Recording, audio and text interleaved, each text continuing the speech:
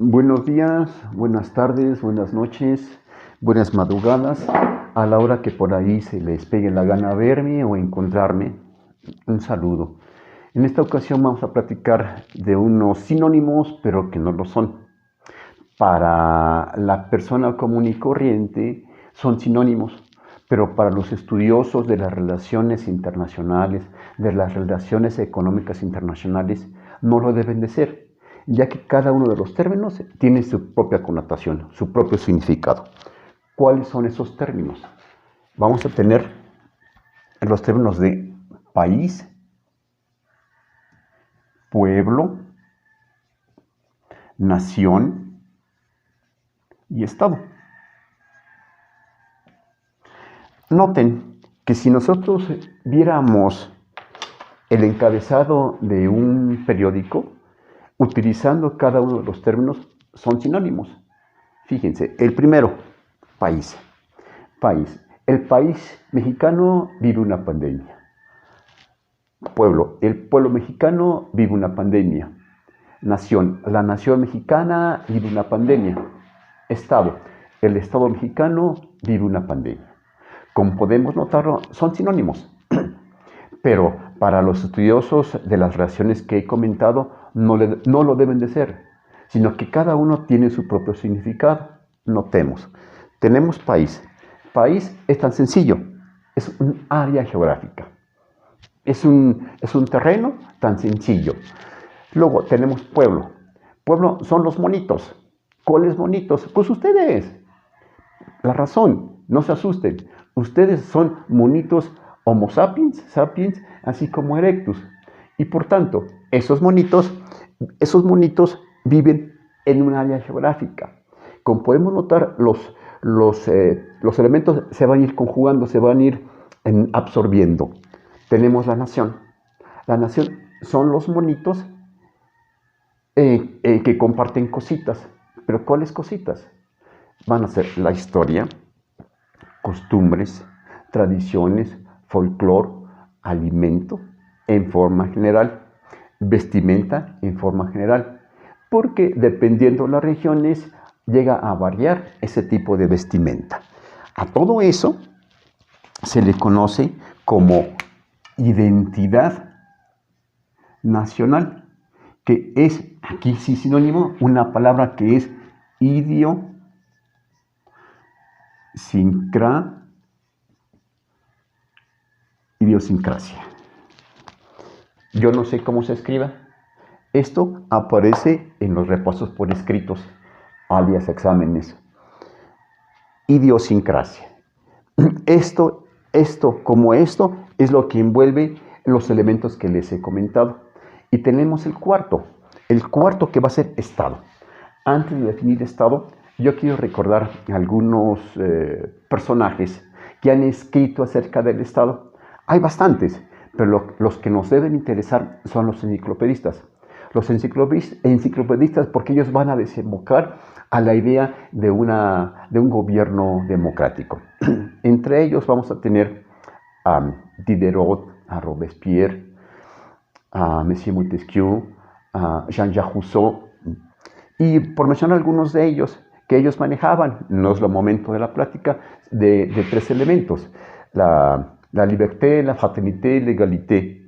En otro momento platicaremos de esos tipos de gobiernos. Ya, con esta idea definamos Estado. Estado es una organización humana, es decir, son los monitos que están estructurados en forma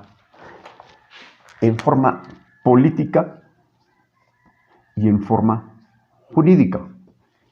Y que estos monitos desean alcanzar el poder para un bien común de la sociedad. Como podemos notar, la idea de un padre, muy bonita, como se puede oír, pero desgraciadamente los que ostentan el poder ostentarán parte del poder económico y hacen lo que se les pegue su gana. Yo conozco a gente que es totalmente recta y que así deberíamos ser. Porque de esta manera, si uno crece, todos podríamos crecer. Y aquí, a partir del elemento político, vamos a tener la existencia de los tres poderes. Y en este momento yo ya empiezo a aterrizarlo precisamente en forma ejemplificativa con el Estado mexicano. El poder político, que vamos a tener los poderes de la Unión, el poder ejecutivo, el poder legislativo y el poder judicial. ¿En manos de quién está cada uno de estos poderes? El poder ejecutivo en manos del presidente constitucional de los Estados Unidos mexicanos. El poder legislativo en manos de la honorable Cámara, en el honorable Congreso de la Unión, compuesto de la Cámara Alta, la Cámara de Senadores, y la Cámara Baja, la Cámara de Diputados, que a veces por la situación puede cambiar el orden, pero no es el momento tampoco de hablar de ellos. Y el Poder Judicial en manos de la Suprema Corte de Justicia de la Nación. Y a partir de esto, de la existencia de partidos políticos, que faltó poner, a partir de la existencia de partidos políticos, tenemos que desembocaremos en esto, y por ende hablaremos también de un gobierno. Pero no me detengo en este momento en esta situación. Y tenemos el poder, la parte jurídica. La parte jurídica también para el sistema mexicano tenemos que van a ser las normas que rijan al territorio mexicano. Pero ¿cuál es el territorio mexicano? Vamos a tener hacia el norte, obviamente, con Estados Unidos. Hacia el sur, con Guatemala. Al este, con el Golfo de México. Con el Golfo de México, podríamos pensar, dice Golfo de México, y entonces todo el Golfo sería de la República Mexicana. Pero no, tenemos que remitirnos al derecho del mar. El derecho del mar establece que los estados ribereños, es decir, aquellos que salen al mar o a un río internacional, tienen una soberanía de 200 millas marinas.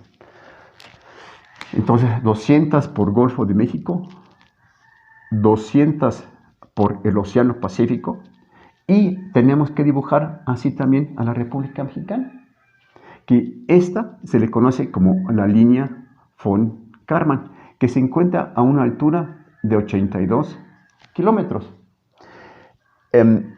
Aquí me faltó mencionar que para la existencia del Estado necesitamos los poderes, necesitamos un territorio, una población y un gobierno. Y más o menos recientemente se maneja un cuarto, que es la soberanía, que es lo que aquí estoy plasmando. La soberanía mexicana va a estar en esta área, hacia la frontera norte, frontera sur, 200 por Golfo, 200 por Pacífico, 82 hacia arriba, pero no solamente ahí regirán las normas mexicanas, sino también en embarcaciones con bandera mexicana, en aerolíneas, en aeronaves con matrícula mexicana, en embajadas y en consulados. Y entonces, aquí está esta parte del Estado. Y esto es lo primero que yo quería abordar, de platicarles de esa diferencia de términos, que en un lenguaje cotidiano, pues sí, platicaremos de esto, pero de preferencia hay que utilizar el Estado, sobre todo cuando estemos platicando de elementos políticos, jurídicos. Pero si estamos hablando en materia comercial, pues podríamos utilizar sobre todo país. Pues como podemos notar, pues está fácil esta situación, ya con el pizarrón que se extraña. Se entiende más lo que hemos estado platicando. En otra ocasión continuaremos con más información. ¿Alguno tiene dudas? Sale, pregunten. ¿Dudas a la 1? Ya me cansé. ¿Dudas a la 1? ¿Dudas a las 2? ¿Dudas a las 3? Hasta la vista, baby.